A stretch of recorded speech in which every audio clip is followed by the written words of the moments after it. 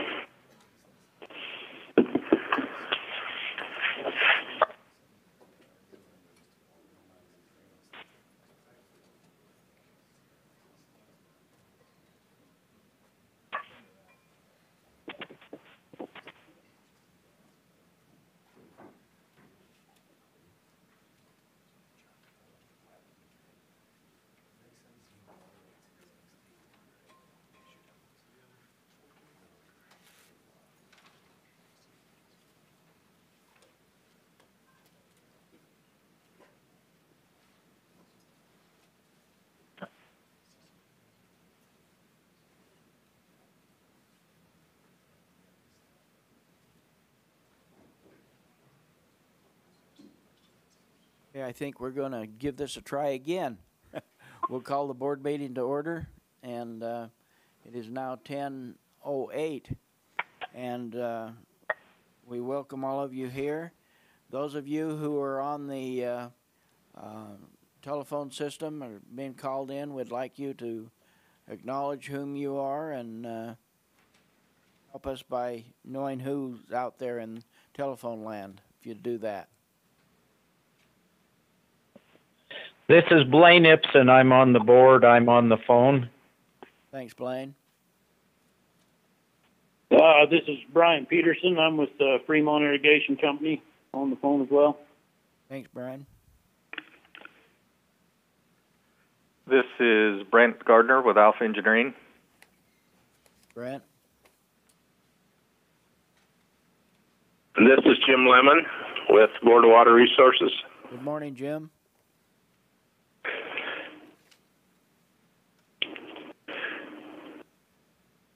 One more trying.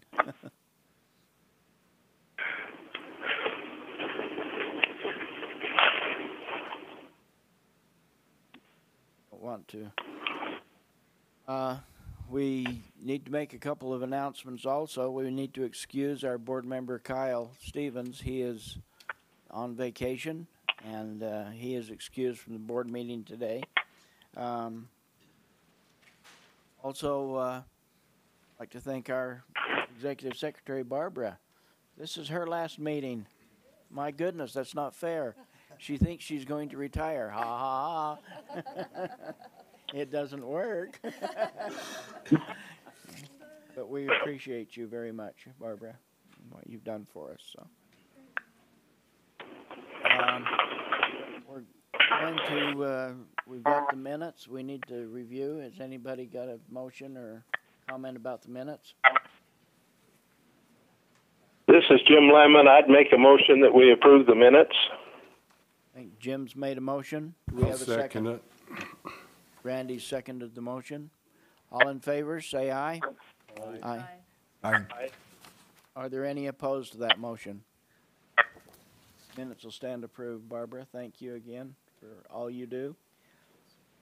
And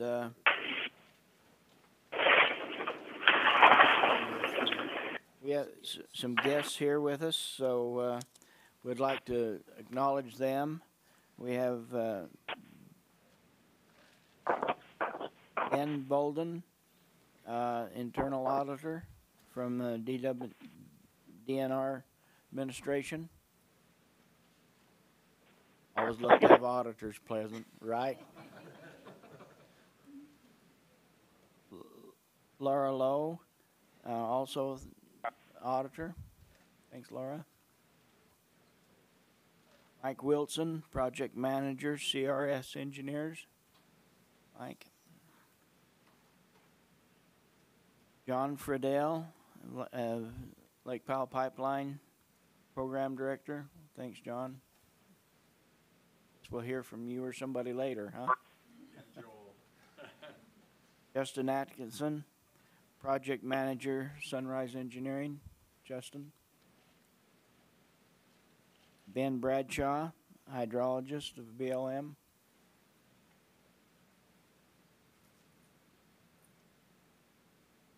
Welcome you here with us today and appreciate your being here. We're going to move ahead right into our agenda. And the first item is going to be the feasibility reports for Draper Irrigation Company. And I believe, Tom, you're going to present that.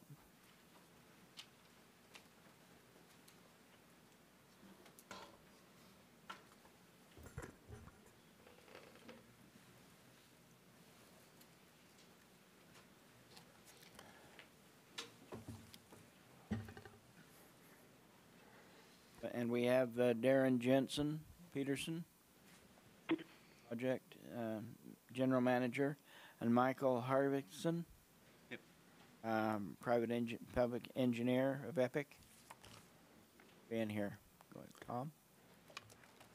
Mr. Chairman, members of the board, the Draper Irrigation Company provides culinary and secondary irrigation water to the Draper city area and surrounding areas. They serve about 7,200 culinary connections and almost 3,200 secondary connections. A lot of the water is gathered through the drainages around that area, which the water is used primarily for the culinary part. And as that water supply tapers off, they tap into Jordan River and Utah Lake water, which they pump up into their secondary irrigation system. As you've probably heard, later in the season, the Utah Lake water is sometimes not so good. So they have issues with the suspended solids and other things with that source of water. The company has recently completed a water rights study, which indicated that on their secondary irrigation side, there would be short of water. And even with the recently funded project from the board to install secondary meters on their system, they'd still need some additional water to their secondary irrigation. So shifting gears a little bit, the Central Utah Project Completion Act requires Central Utah Water Conservancy District to provide a certain amount of reuse water as part of that Completion Act. And so the Central Utah, Jordan Valley Water Conservancy District, Riverton City, Bluffdale City, and Draper Irrigation Company are joining together to do a project that would use reuse water from the Jordan Basin Water Reclamation Facility, which is located at the south end of the Salt Lake Valley here. So if you look at the map, see if I can get a cursor moving around here. Here's the treatment facility. There was proposed a pumping station here, and 3 shallow wells in the area. The water quality from the treatment plant is a little high in chlorides. They need to blend that with some other water in order to be able to use it in the secondary irrigation. So the district and the other entities are proposing this project that will happen sometimes in the near future. It's kind of dependent on when Central Utah can come up with some of their conservation credit funding for the project. However, each of the individual entities is responsible for putting in their own facilities to take that water up into their service areas. So if you look at the map, and this green line is about, see how many, 7,900 feet of pipeline the irrigation companies put in on their own, spending about $2 million to do that. And they're ready to proceed with the next part, which is this red line right here. It's about 2,200 feet of proposed pipeline that will cross under the Jordan River, follow along the Bangerter Highway alignment, and cross under the railroad tracks for the Union Pacific and Front Runner, the UTAs. So they finally have those agreements in hand, so they're ready to proceed with that project. So that's what the company is coming before the board today to ask for funding for that part of the project.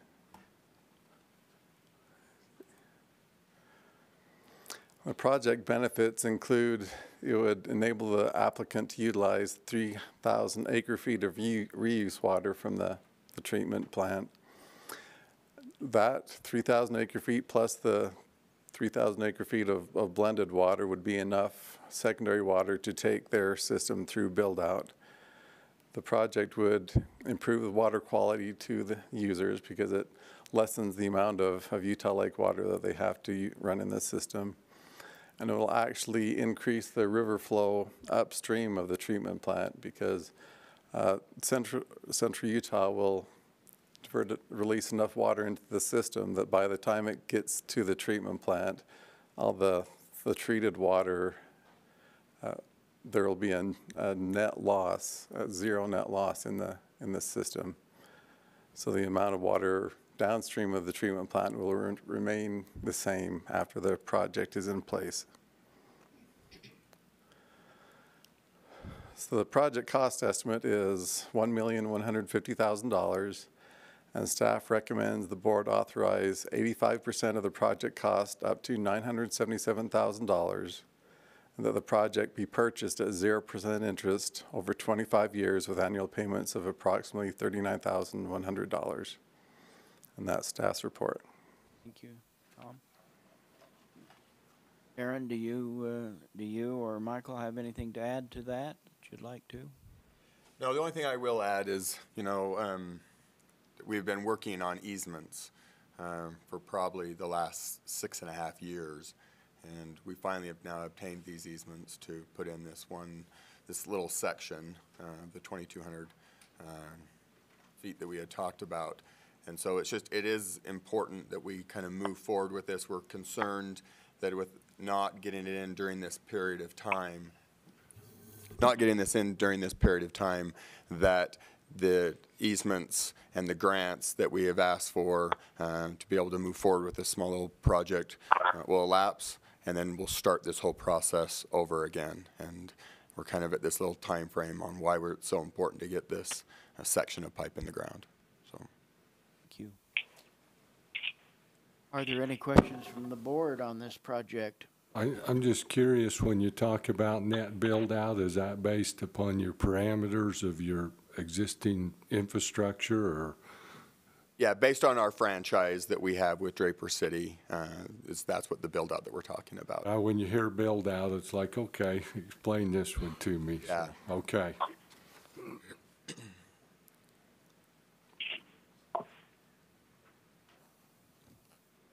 I had one question. When you say shallow wells, what is a shallow well to you? I'm from southern Utah, so a shallow well is pretty deep. So I don't remember exactly what the depths were, but basically we're looking at the aquifer that's just right below the Jordan River, not going down into the lower aquifers below. It's About 180 feet. Okay. And then looking in to put in, at build out, 3 of these shallow wells, kind of as a rainy system to be able to go out and then bring up the groundwater. We've currently done 1 test well to check the quality of the water, and then in the process of doing now flow checks on this currently.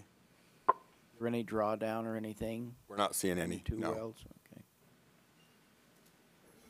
Are there any other questions from the board?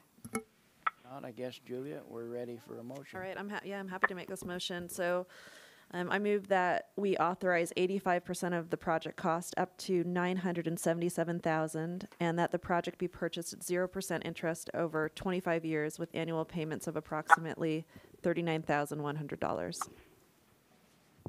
Second to the motion. Okay, the motion has been moved and seconded. Are there any questions on the motion? Seeing none, all in favor, say aye. Aye. Are there any? Aye. I forget you guys out there and whatever it is. This is Blaine. This is Blaine. I voted in favor of the motion. Thank you, Blaine. Appreciate you. This is a new experience for us here today. We're just learning, and I'm learning more than anybody. So, thank you very much. We'll declare the motion carried. So, there are no negative votes. So. Thank you. Appreciate it very much. Mike, we noticed that you arrived. Thank you very much for attending our meeting. We appreciate you through the years and what you've done for us. We're grateful for you. We look forward to your retirement. We're not going to let this lady over on my right over here retire. She thinks she's going to. Lots of retirees going around here today. Okay, moving on. Our next item on our agenda is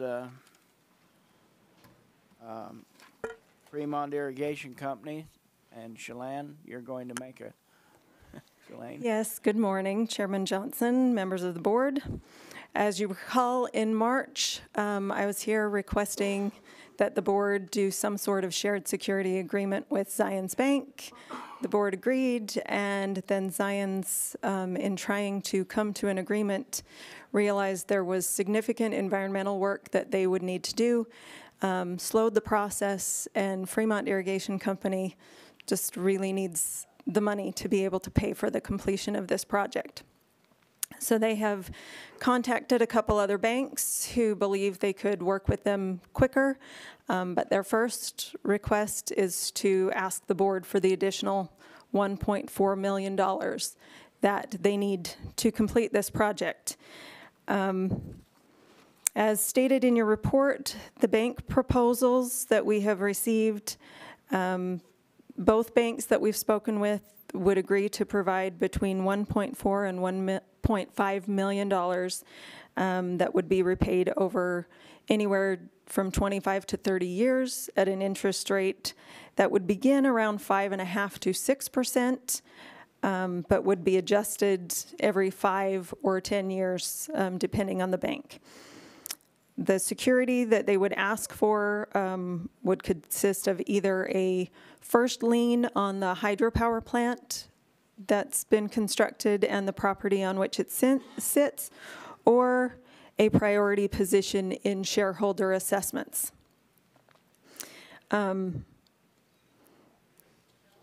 As requested by the board, I ran upstairs and ran the numbers. If the board provided the additional $1.4 million at 5% added onto their existing loan, our existing project cost of $8.415 million at 1.1%, I came up with a total of $9,815,000, which is 77.6% of the project cost, which would be returned at 1.75% interest over 32 years, with payments of approximately $403,000. That is staff's report. Thank you. Brian, I believe Brian Peterson is with us. He's the Yeah. Do you have any comments or you'd like to make? Yeah, I just kind of give you a little history or say that 4 years ago when we started this, we contacted Zions and they were very willing and eager to work with us. As time drew near, about last June, we started into the paperwork and stuff with date of April 1st of this year that we needed the funding that they were going to provide. As time drew near, Zions just wouldn't do it. Wanted a whole nother EA ran. We'd already done one, that satisfied the BLM, but they wanted a new EA. Their terms were different. So anyway, I could see that it wasn't going to work with Zions. I went to a couple of other banks and have talked to them and got some proposals from them.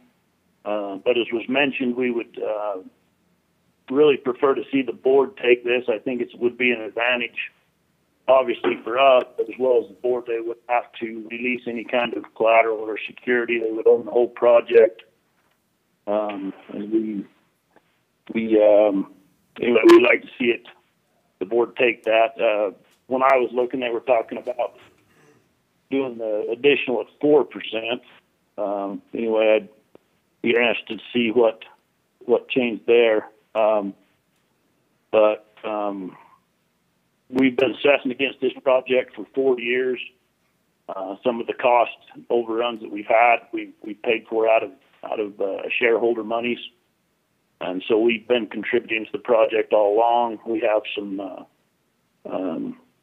grants through WaterSmart.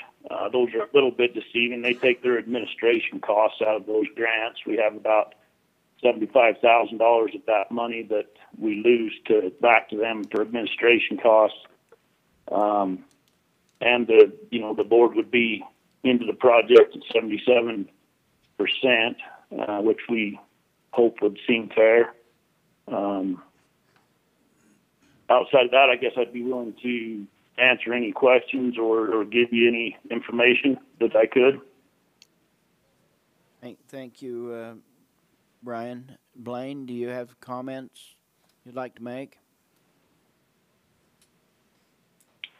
Well, yes, this has been an interesting project for, I think, everybody involved.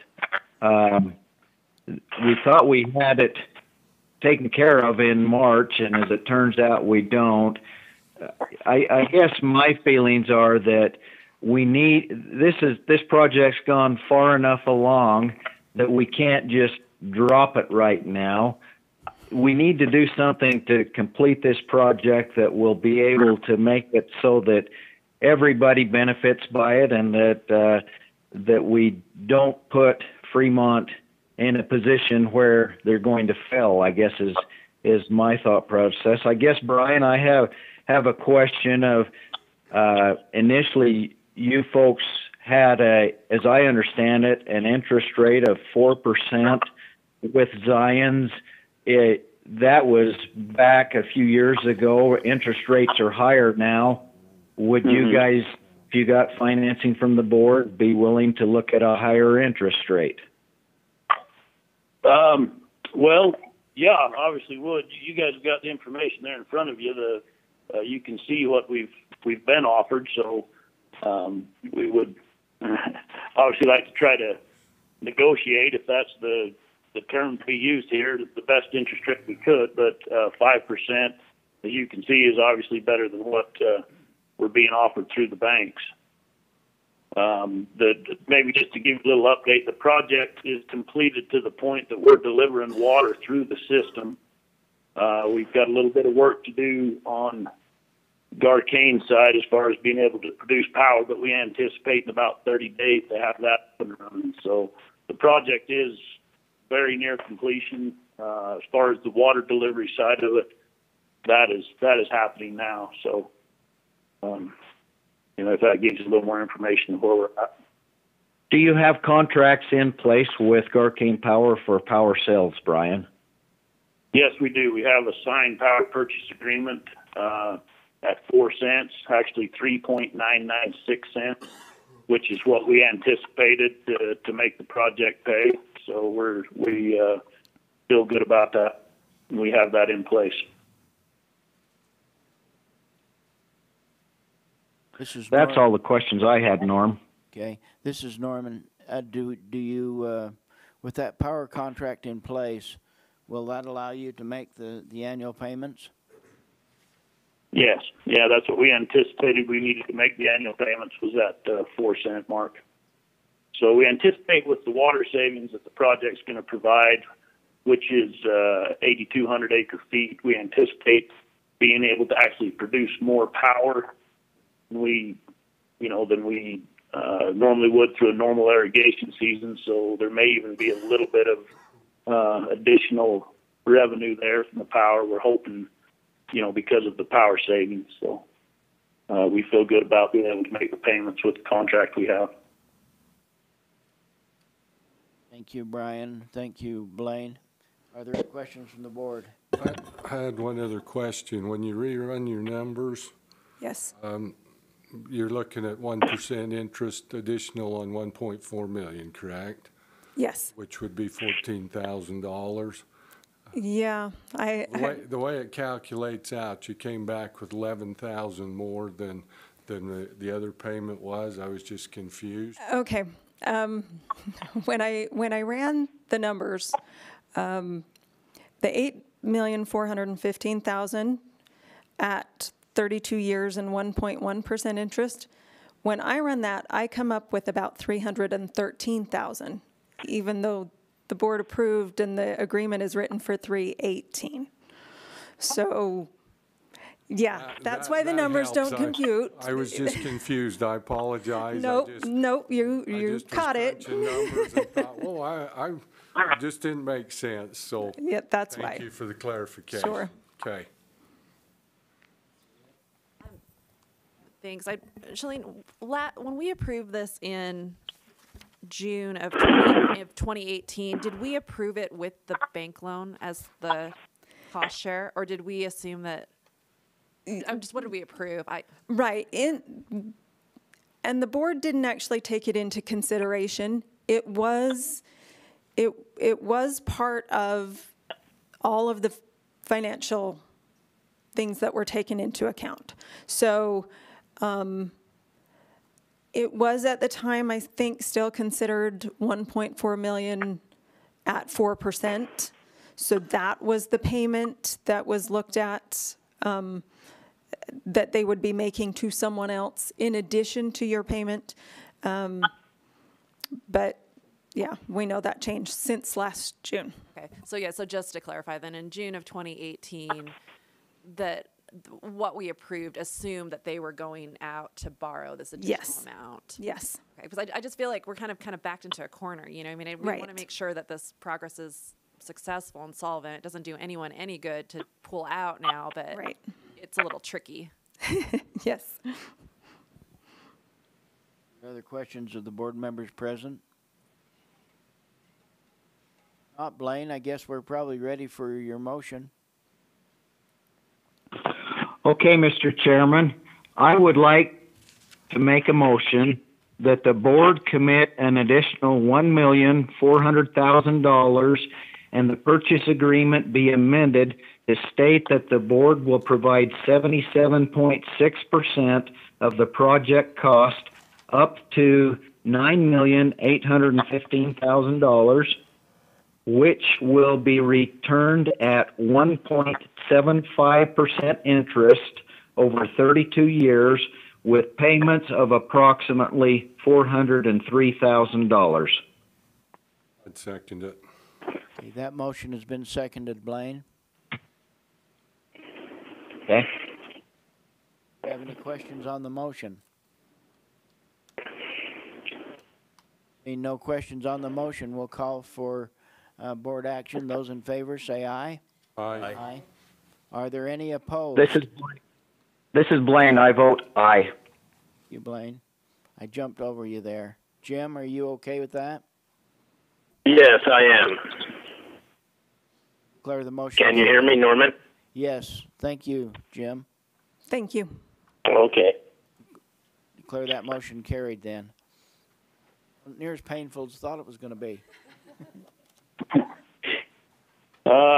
Thank you from the Fremont Irrigation Company. We appreciate you guys' support and time on our behalf.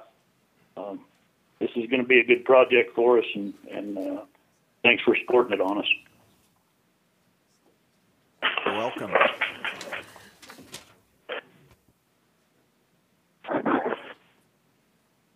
Hey, we have another guest with us, Nick Scow, Conservation Director in the Utah Rivers Council.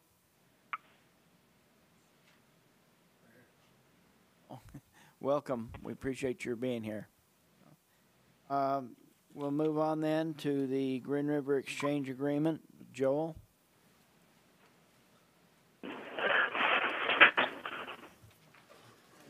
Thank you, Mr. Chairman, members of the board. We recently entered an exchange agreement with the Bureau of Reclamation.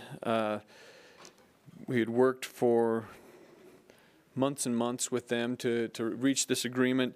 As part of that, before that agreement could be signed, they needed to do an environmental assessment for the Green River block of that contract, and the environmental assessment resulted in a finding of no significant impact. The exchange agreement was signed March of this year, and that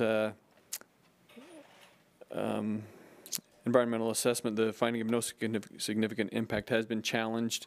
A lawsuit was filed in March of this year, and I have with me Tony Rampton from the Attorney General's office, and I'm sorry, I don't know your name. Kelsey Last. Kelsey Last, also with the AG's office, to help talk with the board about the possibility of the board and or the state intervening in this lawsuit.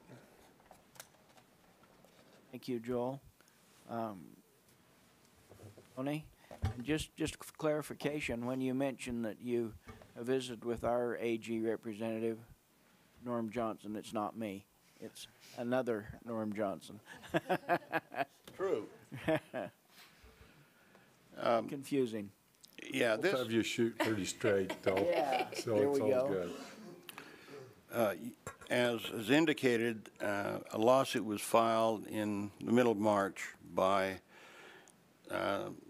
several environmental groups, including the Utah Rivers Council, who's present here today, challenging the Green River Exchange Agreement that was executed between the state of Utah and the Bureau of Reclamation, which exchange agreement would authorize the state of Utah to take some 72,000 acre-feet per year from the Green River and to be used for downstream beneficial uses.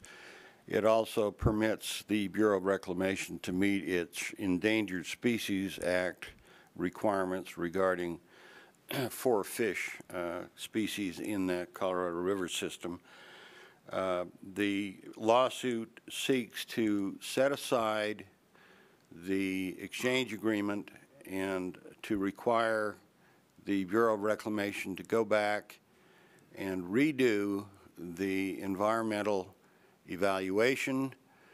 It asks that the court enter an order requiring the Bureau of Reclamation to do a full-blown environmental impact statement. It asks the court to find that the environmental assessment that was done in support of this exchange agreement, find that it was faulty in several respects, that it didn't take into account enough alternatives, that it relied on faulty or old science, that it didn't take into account other significant events or obligations or projects on the Green River, Colorado River system, including the Lake Powell pipeline and the drought contingency plan, and Also that it didn't take into account the impacts on the entire system of climate change, and did not take into account sufficiently the history of flows in that Green River, Colorado River system.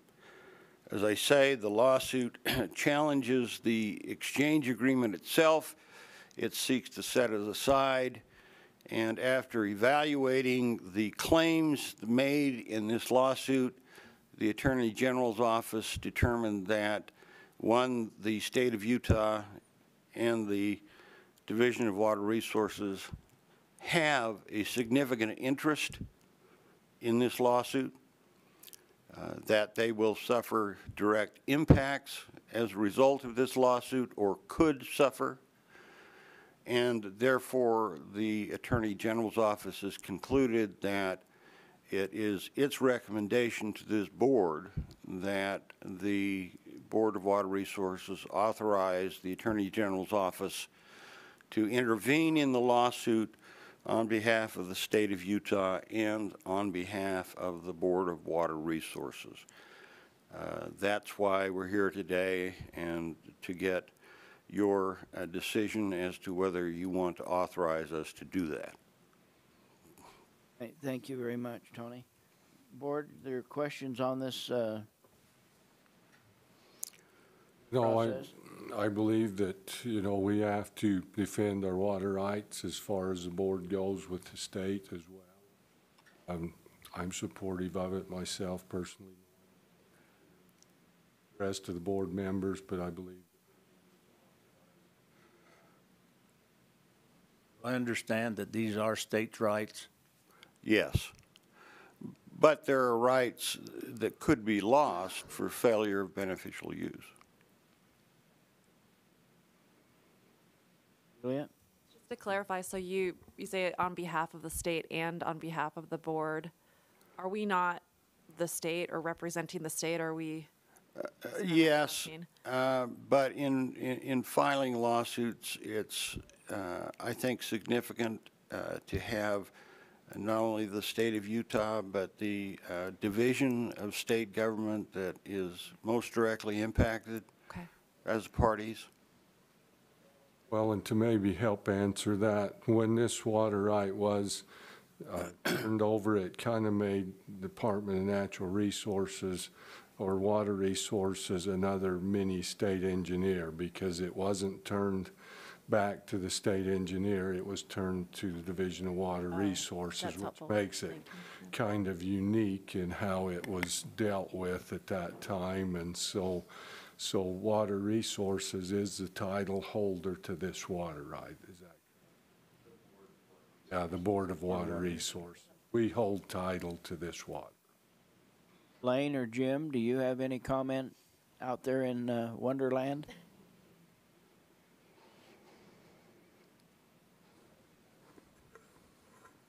If not, I'm going to turn to the board. Board, are you ready to make a motion to take a firm action on this?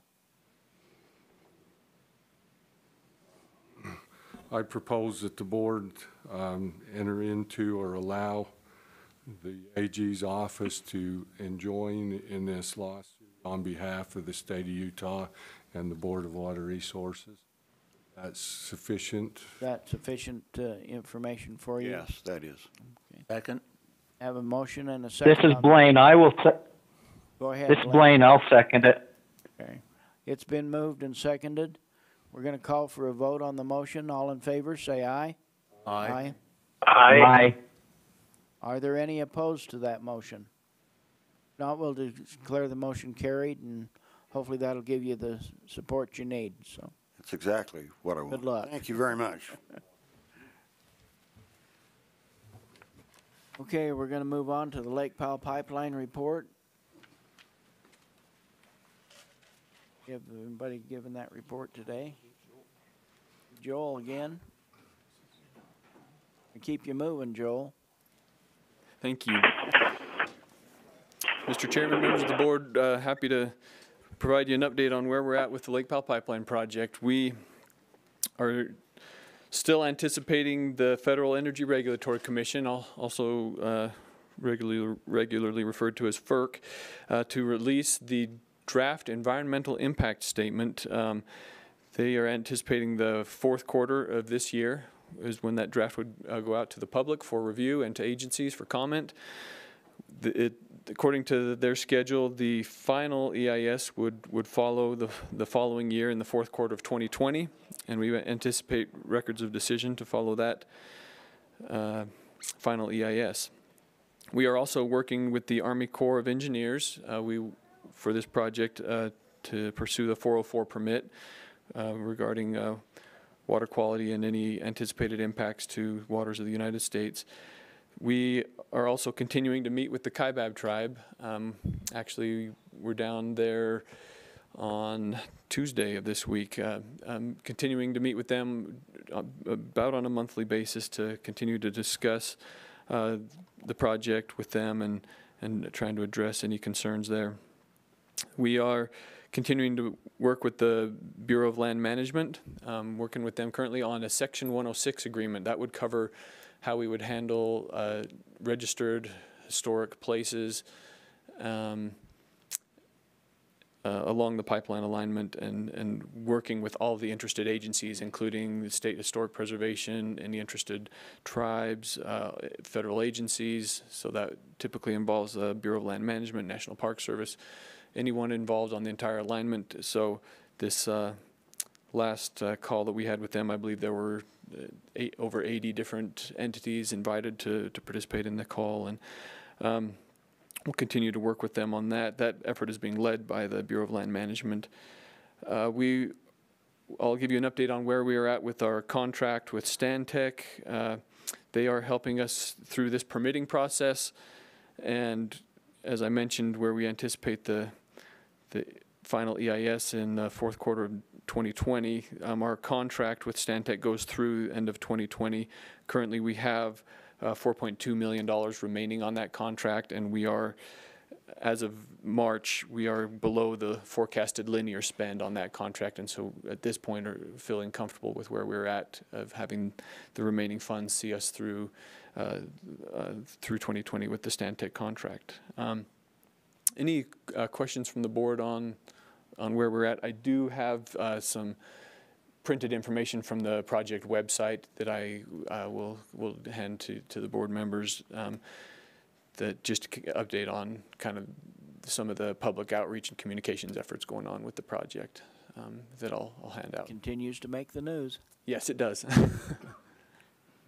Can you give us maybe an update on where the state stands as far as being able to finance this project? Great question. The legislators have sent the legislative auditors out to visit with us and Washington County Water Conservancy District to discuss that issue of how, I guess less so the issue of the state financing part of it, but more the repayment aspect. And so that audit is underway, and we've heard that it could become public this summer with the results there of that legislative audit. We are also, the state recently signed a contract. We're working to finalize this request for proposals to have a third party come in and look at how the state could finance the project, as well as how the repayments could come in. That we are working with Ernst & Young to do that study, which we anticipate to take at least the next 6 months, looking at that very issue, and so more information will follow on that, on how the different options the state could look at to finance, and then how the districts might repay the state with over time. Thank you, Joel. Does that answer your question, Wayne? Any other questions for Joel? I'll let you off easy, I guess. Thank you. Thank you, Joel. Appreciate our hardworking director. So we'll turn the time to you. Thank you, Mr. Chairman. And have a few things that I'd like to visit with you about, and I think first and foremost, on behalf of staff, I wish to thank you all for the wonderful job that you do, and also on behalf of staff, I'd like to again recognize Barbara's great contribution, not only to this board, but to the staff, and she's been my secretary for the last almost 6 years, and she just does a wonderful job. And to Mike Styler, again, on behalf of staff, who has been so supportive of water and the things that you do and the things that we do. We will certainly miss him, but wish him and Luann the very best in retirement. And Barbara also, she is insistent that she will walk out the door. I don't think we're going to be able to stop her. So anyway, thanks to them. So about 2 months ago, so just after our last board meeting, I had the opportunity to travel to Washington, D.C. and testify to the Water and Oceans and Wildlife Subcommittee of the Natural Resources Committee of Congress about the drought contingency plans. And this was just prior to Congress passing that and the President signing. That whole process went very fast once the information was in their hands, and we appreciate that. The real work begins now, and especially regarding the demand management piece of the Upper Basin's plan. And again, we're talking about the Colorado River drought contingency plans. That work will involve a lot of agencies and the Upper Basin states, Wyoming, Colorado, New Mexico, and Utah coming together to figure out exactly how we would execute that plan and create a program to do that. And so in June, we are going to have a workshop amongst the basin states and the technical staff and others, and bring them in and just talk about concepts. I've already had Central Utah Water Conservancy District contact me and want to talk through concepts, and we're happy to do that, and happy to do that with others that would be wanting to jump in and help us with that process. So, and then regarding the drought contingency planning, next week there will be a signing and a media event at Hoover Dam that I and Norm Johnson, the other Norm Johnson, and Scott McGettigan of our staff have been invited to attend, so we'll go down and do that. So we've got a lot of things going on. We've got a lot of great staff working on great things, and we've had some changes. We'll bring you up to speed on those changes here at probably the next board meeting. So, Mr. Chairman, that is my report. So, appreciate that very much. Any other comments from the board or anything? We're at the end of our agenda, Mr. Styler. Is there anything you want to beat us over the head with or anything? I would like to profusely thank you. You and those that are on the phone, thanks for your service, your wisdom.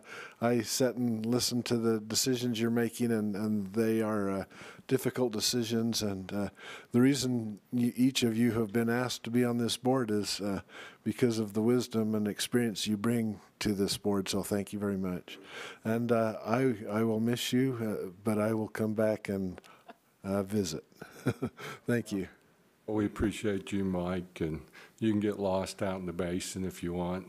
I will. We won't kick you out. We'll let you in still. I have some good experiences out there. In fact, everywhere in the state I visited, great experiences. I smiled as we listened to the folks from Fremont today, and what a beautiful area that is. And thanks for all your help in all the projects around the state. Water conservation is really important, and I've done it on my own farm and realized how much water I was losing before I replaced those dirt ditches with concrete or pipe, and it really does make a difference. So that every drop saved is very important. So thank you for your work. Welcome at my campfire anytime, Mike. Good luck to you. Anything else, board, that we need to bring up? Oh, we're going to stand adjourned. Thank you for being here. You folks on the phone, thank you. Thank you. This was an adventure.